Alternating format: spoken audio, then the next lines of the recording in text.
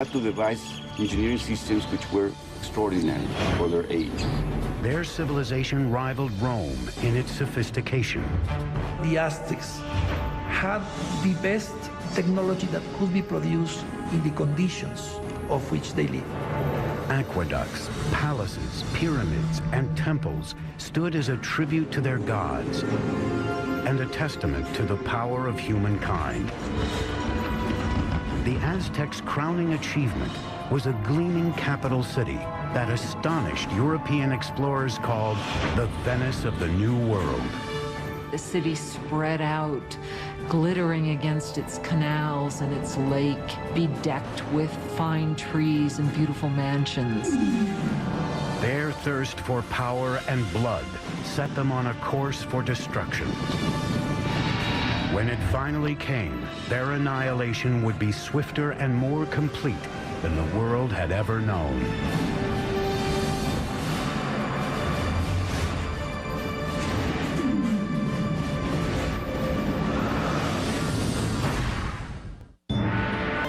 The island the Aztecs were banished to after their disastrous sacrifice of the princess was in Lake Texcoco, the largest of 5 interconnected lakes covering a valley about 40 by 70 miles. Today, this once vast and open valley is teeming with what is modern-day Mexico City, one of the largest cities in the world. But 700 years ago, the island was so swampy, no one had laid claim to it. Now, as they gazed on the lake, the Aztec leader Tenoch announced to his followers that he had seen an eagle perched on a cactus in the middle of the lake, a sign from the gods that they had found their new home. They would name their city Tenochtitlan.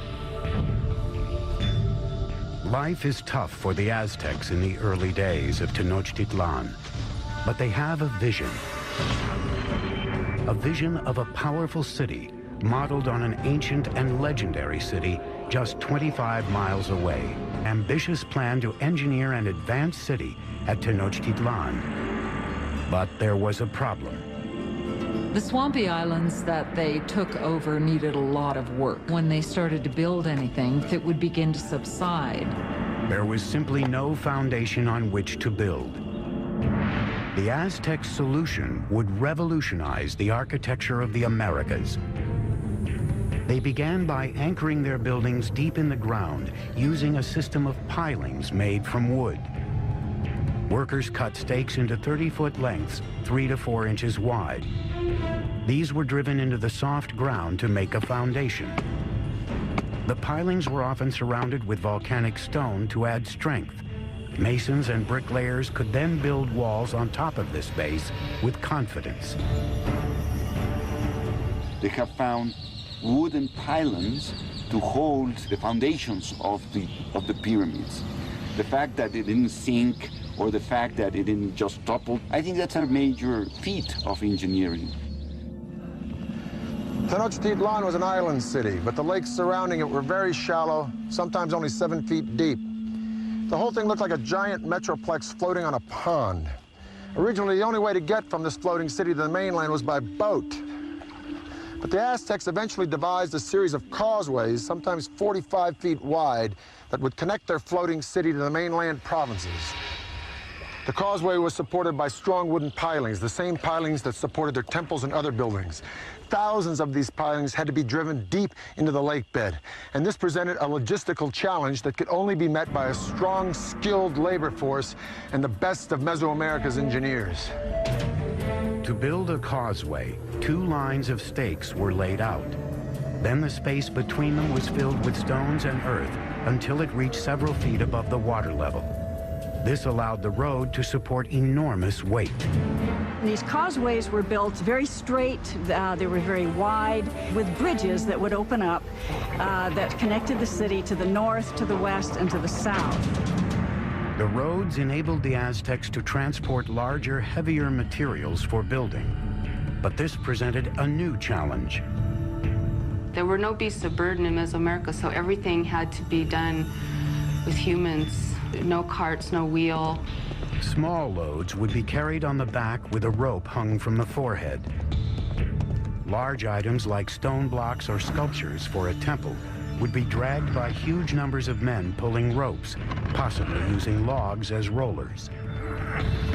Legend has it one stone bound for a temple required a force of 50,000 men to drag it from the mountains on the mainland across the causeway and into the city. The causeways would also present the Aztecs with a new way to get fresh water to Tenochtitlan. In the past, the Aztecs had transported water in canoes from the shore. But a huge boom in the city's population meant they needed a higher-tech solution to keep up with demand. They wanted to use water from the springs on the mainland, and so they wanted to build an aqueduct. The Aztecs could now turn their attention to bringing clean water to their growing city. Remarkably, the Aztecs would independently design and build something that only a few world empires would master: the aqueduct. The aqueduct actually had two channels, each about 5 feet high and 3 feet wide. One would be cleaned and maintained, while the other was being used so the water flow was never interrupted. The twin-tube aqueduct ran for 3 miles from the mainland to the center of the island city. In town, water streamed into public fountains and reservoirs, and was distributed to the public in large clay jars or by canoe. In comparison to the Europeans, the Aztec were a very clean people. We know that the Aztec emperor bathed twice a day. So in terms of hygiene, the Aztec people was much more advanced than the Europeans. While the Aztec nobles were bathing in luxury, at this time in Europe, plague caused by unsanitary conditions was killing millions. An army marches on its stomach. So said Napoleon. Now, an ample food supply for civilians is a no-brainer in the critical development of any civilization. But the Aztecs perfected a unique method, not only to provide a substantial food supply for its civilian populace, but to fuel the military expansion of its empire. This revolutionary engineering was called Chinampas, a system that allowed them to literally create new land to farm and to live on. If you're going to have a city of any size, you have to provide room for them. And so what they did was build up these chinampas in the lake bed. Basically, a chinampa is an artificial island built in the lake. They looked like narrow football fields, about 300 feet long by about 30 feet wide. A chinampa was built by weaving a web of sticks floating in the water and piling reeds on top of them. Mud was then scraped from the lake bottom and piled atop the reeds to form the chinampa. It took 4 to 6 men 8 days to build the average chinampa. They were connected to the city by massive navigational canals that would take thousands of men months to build. A chinampa like this one could produce up to 7 crops a year, whereas a farm on the mainland could yield 1, maybe 2, maybe 3 at the most. As a crop was ready to harvest on a chinampa, seedlings from another would be sprouting out of mud that would be spread on a boat adjacent to the chinampa.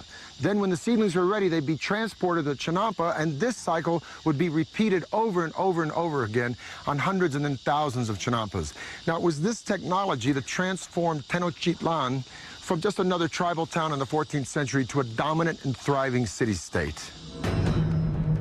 With their city's infrastructure in place and vast lands under their control, the Aztecs would push the boundaries of their empire further than ever before. They'd create a far-flung network of roads, Aztec superhighways. To transport riches to the heart of the empire, the Aztecs constructed a network of superhighways throughout central Mexico.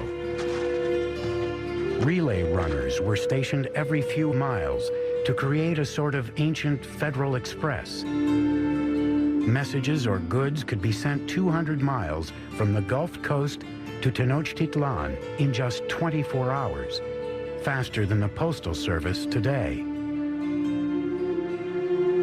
With the empire at its height, the Aztecs under Ahuitzotl embarked on their greatest construction project, a massive pyramid at the very center of Tenochtitlan, the symbol of their absolute power.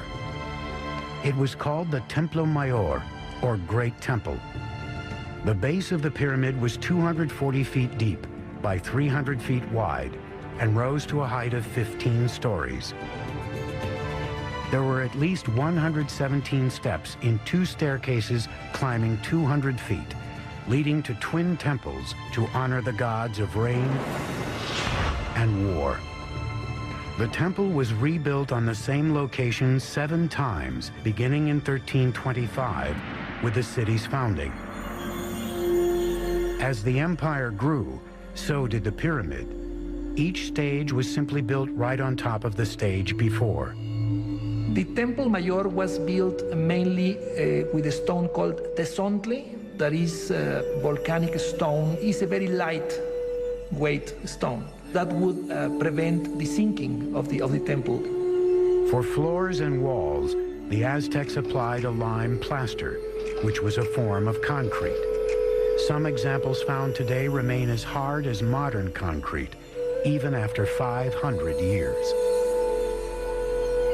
Aztec workers labored for decades to complete their monument to the gods. The temple remained buried until 1978, when power company workers digging a trench accidentally uncovered a huge carved stone and discovered the temple ruins next to it. The disc, 11 feet in diameter, weighs 8 tons and depicts the dismembered body of the goddess Coyolxauhqui. Coyolxauhqui was the moon goddess, but her brother murdered her because she... But even they were not prepared for the war of the worlds that was about to descend upon them. Aztecs used obsidian to craft their blades, a volcanic stone so sharp it's utilized in modern-day eye surgery. 1502, Ahuitzotl, Emperor of the Aztecs, is dead. Moctezuma II, a 34-year-old former priest, comes to power. A world away, in Spain, an 18-year-old notary named Hernan Cortez is preparing to cross the Atlantic to join in his country's conquest of the New World.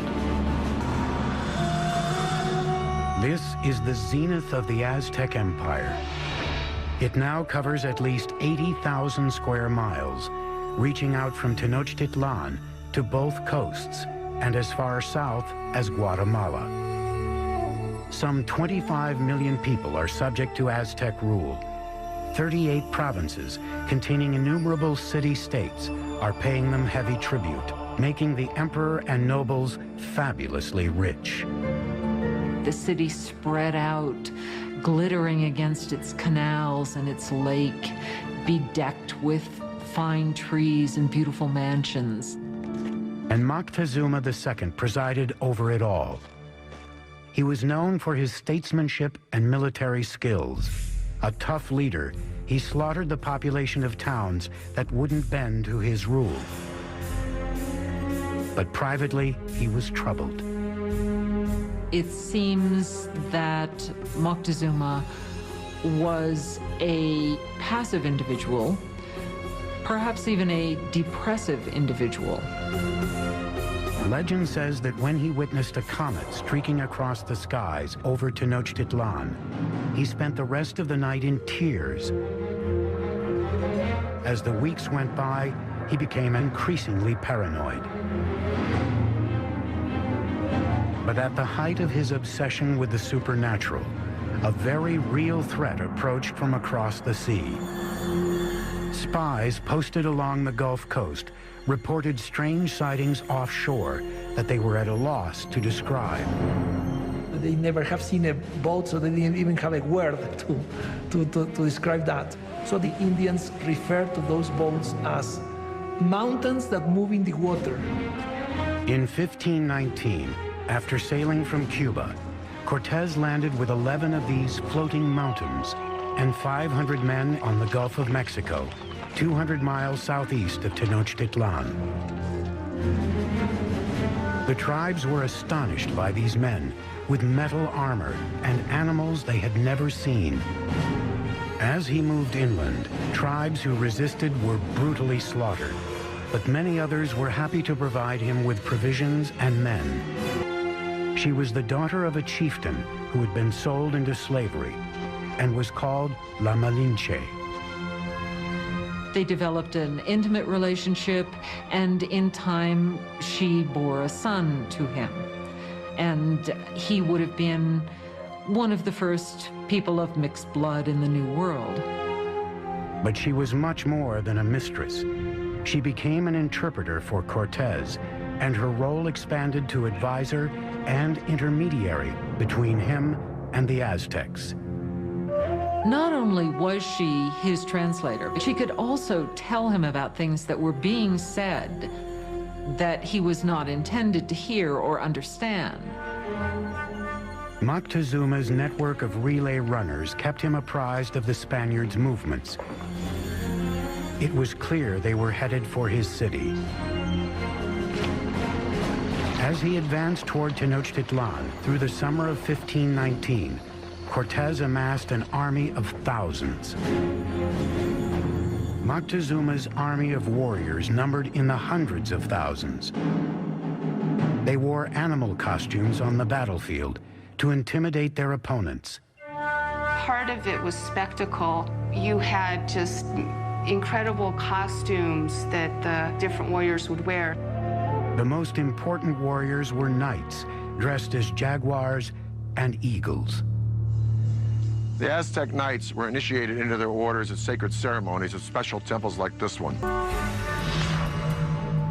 The first meeting between Cortez and Moctezuma would be peaceful, but the conquistador knew a huge and bloody clash between the old world and the new would soon take place. And the annihilation that ensued would become one of the most frightening events in the history of the Americas. Cocoa beans were so valuable a commodity to the Aztecs, they were even used as a currency. It is the fall of 1519. Spanish conquistador Hernán Cortés has finally reached the gleaming Aztec capital he has heard so much about, Tenochtitlan. When the Spaniards first saw Tenochtitlan, they thought they were in some kind of an enchanted vision. They thought they'd entered some kind of a dream. A massive force of native warriors, allied against the Aztecs, accompanies him as he advances on the main causeway into the city.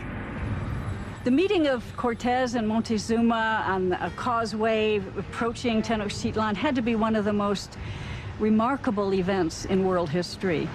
It's really a meeting of two different worlds. And Cortez offered his hand, but the minute he started to do that, to actually touch Montezuma, the noble attendants around Montezuma pushed Cortez away and said, no, no, no, that's a total indignity. Nobody touches Montezuma, the great lord of the land. The meeting of the two worlds was peaceful, but fraught with tension. Sensing the forces, no, in each side. But the Aztecs had a diplomacy and a warfare system that was somewhat naive in comparison to the very tricky and sly system of the Europeans. Moctezuma invited the Spaniards to stay in one of his palaces. It would prove to be a catastrophic mistake. As the Spaniards entered the city, they were so awed they thought they were dreaming. At the heart of the city stood the emperor's colossal palace. The palace of Moctezuma II was a massive complex spread across 6 acres near the Great Temple. One of the Spaniards noted that every day at Moctezuma's palace, 600 nobles gathered, and they would hear the word of their emperor. Moctezuma received the Spaniards in a large reception chamber just beyond the main entrance, designed to make the emperor appear omnipotent. But Moctezuma's palace would be the last ever built by the Aztecs. Not a week into their visit, the Spaniards went for the jugular, kidnapping Moctezuma. It was an audacious move, but it paid off. The empire appeared to be theirs. Even though Moctezuma was still the official leader of the city, he was really, for some time, nothing more than a mouthpiece for Cortez. For 6 months, tensions within the walls of Tenochtitlan slowly simmered. Then, in the spring of 1520, it all came to a head. One morning, Spanish soldiers interrupted a sacred sacrifice and slaughtered those taking part. The move sparked an uprising. For the Aztecs, the Spaniards had committed an unspeakable sacrilege. The city became engulfed in chaos as the Aztecs marched on Moctezuma's palace. Moctezuma gets up on the top of the palace and tries to talk to the people and calm them down, and by now they're just not having any of it. Moctezuma had become nothing more than the Spaniards' puppet, a betrayal so great in the eyes of his people, they pummeled him with rocks and arrows. Shortly after, Moctezuma's lifeless body was tossed from the palace walls. Whether he died at Spanish hands or from injuries inflicted by his own people may never be known. And the Spaniards at that point decide this would be probably a good time to leave the city. On the night of June 30th, 1520, the Spaniards attempted to escape under cover of darkness. But they can't separate themselves from the plunder that they've gotten so far, so they're weighted down with all of the things that they want to take with them. They were easy targets for the Aztec warriors, who caught them on the causeway. Bodies quickly piled up in the water. 400 Spaniards were killed, along with several thousand of their Indian allies. That escape has come to be called the Noche Triste, the sad night. Cortez and a few others managed to escape with their lives. The Spaniards would now destroy the shining city of Tenochtitlan for good. He would begin by severing the lifeblood of the city, the aqueduct. As hundreds of thousands of people within the city's walls were without water, Cortez created a blockade around Tenochtitlan to cut off all outside supplies of food. So the idea of this blockade was to try to make surrender the city by hunger. And the Aztecs had a tremendous resistance, so they couldn't be defeated easily. And what they decide to do is to mount an attack both by land and by sea. For centuries, the lake around Tenochtitlan was a barrier against invaders. But Cortez would find a way around that. He had thousands of his Indian allies carry ships in pieces up thousands of feet over the mountains to be assembled and launched into the lake. May 1521. Cortez unleashes his massive army in a final decisive attack on Tenochtitlan. 600 Spaniards, including 100 cavalrymen and upwards of 50,000 of their Indian allies, clash with the Aztec defenders of the city on its grand causeways. Brutal fighting continued for months. Day by day, Cortez razed the city block by block. He and his Indian allies were merciless in their systematic slaughter of the population. It was an extremely hard-fought battle, especially in the city precincts. The Aztecs made a last stand at the great temple in Tlatelolco. Warriors lined the steep steps to rain down arrows and rocks on their enemy. But it was hopeless. On August 13th, the final Aztec leader, Cuauhtemoc, was captured and surrendered to Cortez. And that was just the beginning. 20 million would die of disease brought by the Spaniards. By the end of the 16th century, we estimate that the native population had been reduced by about 90%. Modern-day Mexico City has been built atop the rubble of the once majestic city of Tenochtitlan. The Spaniards leveled it during the construction of their own colonial capital. Even using stones from the Great Temple, to build their cathedral still standing next to the temple ruins. The Aztec Empire had vanished, and with it, a legacy of astonishing engineering achievements. It has become clear from their sophisticated systems of urban planning, agriculture, and waterworks that the Aztecs stood among the most advanced of the world's great empires. The cave temple here at Malinalco is one of the few truly impressive Aztec achievements that the Spanish did not destroy. And stunning sights such as this beg the tantalizing question, if the Spanish had not come, what would Mexico look like today? I'm Peter Weller for the History Channel.